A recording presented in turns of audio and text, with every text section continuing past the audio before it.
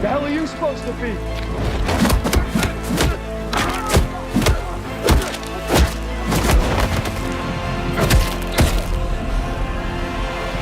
I'm Mingus.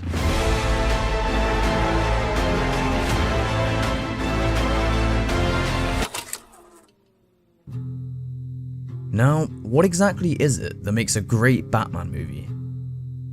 I ask this because it's not a question I have an easy time trying to figure out. I mean, I'm sure for some, it would be on how well it's able to adapt the source material, as in to have the truest version of the original characters and setting. I'm sure for others, it would be on how well it's able to contextualize the story against modern standards. After all, how could there ever be a Batman movie to top this? Now, to be honest, I've not exactly brought you here so we can try and deconstruct the DNA of a good Batman movie. Or have I? My name is Mingus, and today we're going to be breaking down the Batman. Let's get on with it. Yeah, this is the first point I've made for a reason. It's one thing to describe a place or setting as being atmospheric without actually providing any further context.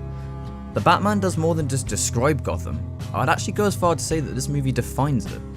I mean, I've never really understood the whole deal with Gotham. I mean, I didn't exactly grow up as your average Batman enjoyer.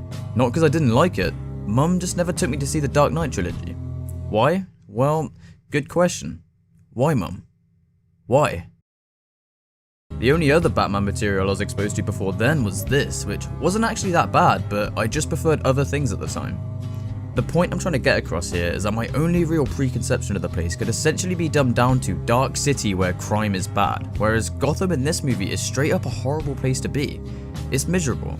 The movie highlights that there really are no pleasant positions to be in, no matter how rich you are. There's this grotesqueness that inhabits not just the city, but also its people, to the point where it's clear to see that there is not a character in this movie who hasn't been negatively affected by the implications that come with living in such a place. They've done a really good job of showing how grim, desolate, and fundamentally affected by depravity this place has become, which, thinking about it, actually makes a lot of sense. I mean, it was filmed in Glasgow after all. Okay, sorry. I wish I knew how to articulate better how this music impacted me. So many motifs have stuck with me, and that theme song is just stuck playing in my head. I mean, I've always understood visuals a hell of a lot more than anything audio related, but this shit has just left an imprint on me that I just can't shake. There is an argument to be made that they did reuse some of the score, but to be honest, I'm kinda glad they did. I think it's honestly been that well crafted enough to the point where they've honestly earned it. Like, even from the trailer, we all knew this movie was gonna sound good. I just had no idea that some of these tracks were gonna sound this compelling. Like, let's take a quick second to listen to this.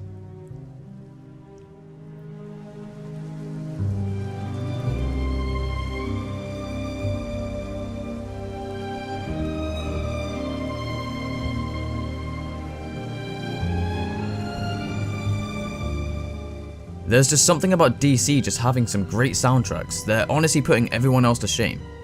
I think the soundtrack really provides a strong backbone to not only just the movie's presentation, but also the story itself. As it should, it's able to just elevate so many key moments and add so many more layers of emphasis for whatever it's going for, and ultimately goes such a long way in helping to ground the movie. Honestly, the music in this movie had no business being this good. Oh yeah, speaking of grounding. I mean, sure, we've once again gotten another grounded, gritty take on the Batman story. But I mean, it works, and in this movie, it definitely works. I've never really been sold on the outrageous concept of a billionaire dressing up and fighting crime, but this movie is really able to convey that idea and actually make it believable. See, I kind of took superhero stories as what they were. I never really tried to believe that this was a thing that could genuinely happen, because I mean, how the fuck can you ever expect anything like this to ever happen? In this movie? I don't know. It could just be because of how crazy things have been lately, but when I was sat watching this, a good part of me was genuinely sold on the idea of someone being that unhinged that he straight up uses the resources he has to fight the problem directly, with the screwed up thing being that you can kind of tell a part of him enjoys it. I think that was my favourite part of this movie, visualizing the fact that despite being the central hero of the story, Bruce Wayne is actually pretty messed up. And I've already spoke about Gotham, but even that felt so real somehow. It seemed like a place that really could exist in a version of today's world, despite being so distinct and somewhat of a caricature. Now, let's talk about the cast. I mean, honestly, perfection. Everyone played their roles so well. Even with the limited screen time some of them had, every one of them sold their performances phenomenally. Zoe Kravitz's Catwoman was a standout. I truly thought she stole the show at times. Oh, okay, so there's this now. It's not entirely relevant, but I felt like I couldn't not mention it. But anyway, Jeffrey Wright was once again just perfect for the role. I've enjoyed his work ever since I first saw him on Westworld, and he genuinely smashed it out of the park. I think his and Batman scenes are honestly some of my favourite. I just love those little comedic moments they kept having. It honestly worked great for the tone of the movie. Paul Dano's Riddler was actually unnerving. Like, at first I was kind of laughing at how over the top he was at times, but eventually I just kind of bought it that this guy is literally insane. It became less comedic and more uncomfortable, I think would be a better word, and it would be to Dano's credit. Andy Serkis was pretty solid, but the thing is, we all know there should have been more of him. I guess it's just a good thing we've already seen so much of their dynamic in the past. It definitely helped to fill in some of those blanks that were definitely felt. And shit, I've yet to even mention Robert Pattinson. We honestly love to see it. We have come a long, long way.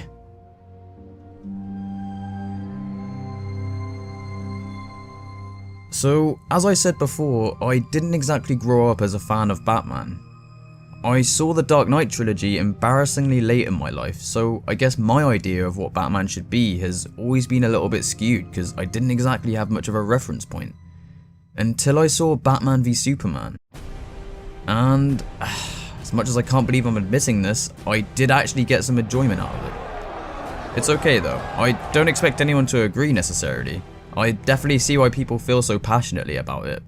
The bottom line is, I guess I just thought it was pretty cool that you had this older, jaded Batman that has kind of fallen from grace and has to now re-become the Batman again. And this was also the sequel to Man of Steel, which was again a movie I really enjoyed. Oh wow, there really is none of you left now. Shit. Well, if I keep talking, I'm sure someone will eventually listen. Bottom line is, I really enjoyed the concept of it. I thought it was cool. Evil Superman and time travel stuff, but it wasn't remotely a Batman movie. Like, in the slightest. I guess to put it bluntly, it was essentially just set up for a grander story, which could have been pretty grand might I add, but you know how things went with that one. So I eventually saw the Dark Knight trilogy, and obviously it was great. Despite some of my grievances with the third movie, I thought it was almost quite sad how incredibly made these movies were amongst an ocean of the long oversaturated genre. I didn't exactly think they were going to try and tell the story again, but look where we are.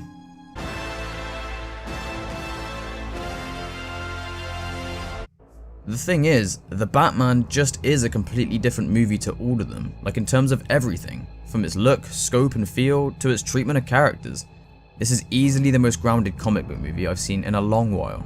How they're able to make the Batman seem believable is honestly witchcraft to me. I think Pattinson really knocked it out of the park here. Like, for the first time ever, I can finally understand how someone can be batshit crazy enough just to start doing this. I don't know, it just works for me. It's the same thing with the movie Joker. Like, Arthur Fleck seems like a real person to me. I guess this section should have just been called Grounding Part 2, but it was one of the biggest takeaways for me. The authenticity of not only the performance but also the presentation. Now, before going into spoilers, there is one last thing I need to address, and that being the film's length. Jesus Christ. I mean, it worked for me. I very much enjoyed it, but I also very much enjoyed Zack Snyder's Justice League, so these long-ass movies just work great for me.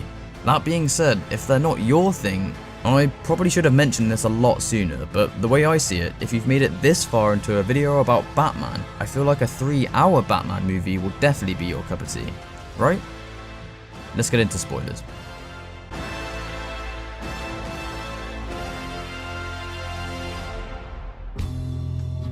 I'm not going to talk much here, but the one thing I really wanted to address was how incredible it was when Batman finally realizes that the way he's been doing things, you know, trying to instill fear and essentially fight fire with fire, is just exacerbating the problem. And when he gets told directly, that look and realization is honestly just, I don't even know how to put it.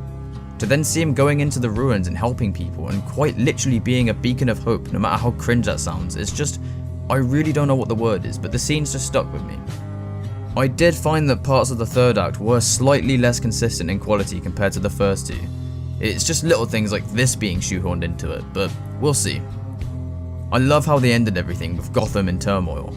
I'll be really interested to see how they use this stylized, grounded look they've gone for in a more flooded district. I think there's some serious potential for some incredible scenes.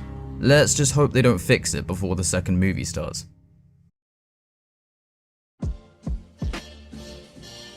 So, there we have it. Another great Batman movie. I'm not sure what it is about this character that just seems to make for great cinematic content, but I'm all for it. If I was asked to rank this movie amongst the other Batman movies, I'd probably just say no. I've already tried to shoot my career down once in this video, I will not be doing it again. So, in conclusion, if you've not seen it yet, you should probably just go and get ready to watch it now if I were you. So, with that, I've been Mingus, and oh shit, we've actually hit 200 subs now. That's insane, like genuinely, thank you all so much. You've all said some really kind stuff to me, and the fact that you guys are even showing up is just incredible to me. Making these videos and being able to actually open a conversation with you guys has done a lot for me, and I've definitely got no plans of stopping anytime soon. It's obvious I'm clearly still working things out with this place, but I've got a bunch of different things planned. I'm just in the process of figuring it all out.